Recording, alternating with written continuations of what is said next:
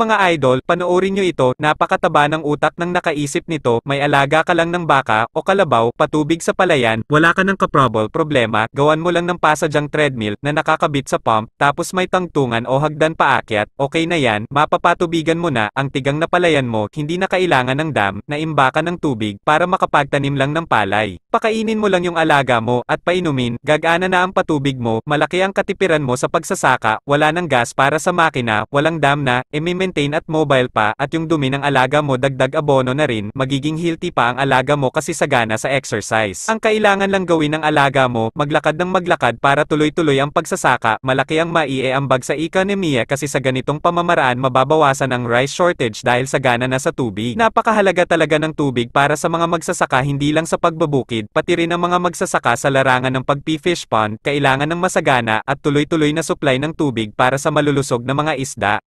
Kapag maganda ang patubig, marami ang biyaya, basta masipag at may alam ka kung paano gamitin ng tama at huwag abusuhin. Kapag ang improvised treadmill na ikabit sa dynamo, magkakaroon ka naman ng libreng kuryente sa paelaw at iba pang gamit na nakadepende lang sa kuryente, malaki ang kabawasan sa monthly electric bill mo at magkakaroon ka pa ng saving. Maraming salamat sa panonood at suporta, paki-share mga idol para mas marami ang makakapanood.